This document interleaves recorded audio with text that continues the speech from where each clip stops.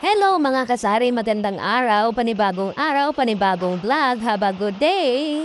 For today's video, pag-usapan natin ngayon kung paano mapapaikot natin ang ating puhunan at mapapalago natin ang ating tindahan. Yan mga kasari, ang diskarte ko lang ay hindi ako umuutang ng puhunan at saka hindi rin ako nagpapautang ng aking paninda.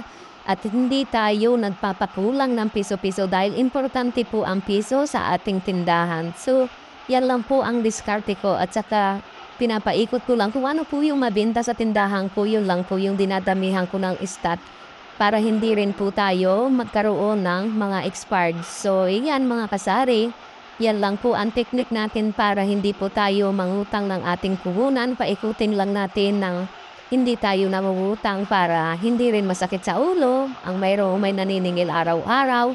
So marami akong experience na nakikita na mga katabi ko dito sa ating tindahan na nangungutang sa mga 5-6. So ayan, kaya ang tindahan nila ay walang laman. So panatilihin natin ang ating tindahan na walang utang. At hindi rin tayo magpapautang para tayo ay iwas lugi. So ayan mga kasari. Thank you for watching. God bless. Sana ay may natutunan kayo.